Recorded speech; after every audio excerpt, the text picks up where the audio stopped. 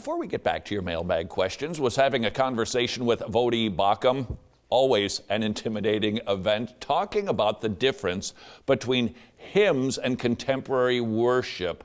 This is not a condemnation of all things contemporary. It's just an observation of how art and music, it says something beyond what it's actually saying. In other words, art speaks.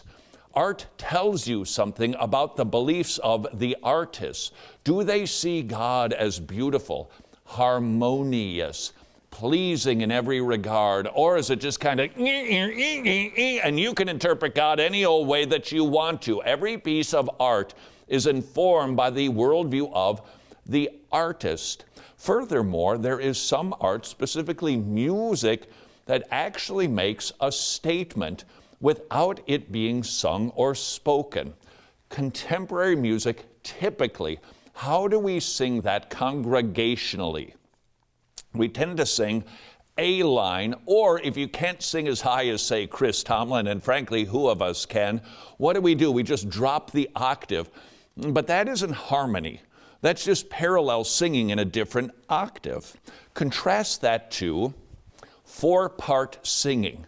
What do you have? You've got four distinct parts coming together in one harmonious sound. What is the theological statement that is making? Different people coming together, unity in Christ, making a beautiful noise unto the Lord. Does that mean we should never sing a contemporary song or we all sing the exact same part? That's not the point. It is merely to point out that really art is far more than just what meets the eye. There is always a message behind it. So as we as Christians go about the business of making beautiful noise for the Lord or beautiful art, let's remember that there is theology behind all art. And before we get back to doing more mailbag questions, if you're a Christian artist, it has been my experience you wrestle with whether or not you as a believer can do art. I don't get that because I'm not. So I just can't quite plug in to that frequency. But I would tell you, you don't need to wrestle with it. If you can paint as a Christian, paint a sunset because, well, it is theological. Make it God glorifying. If you're an artist, you can write music or a book.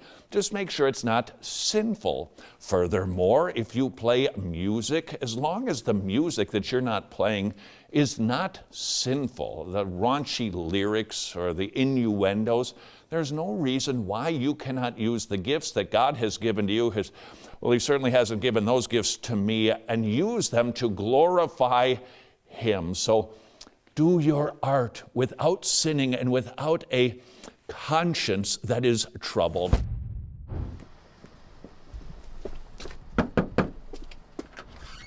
Hey, Todd.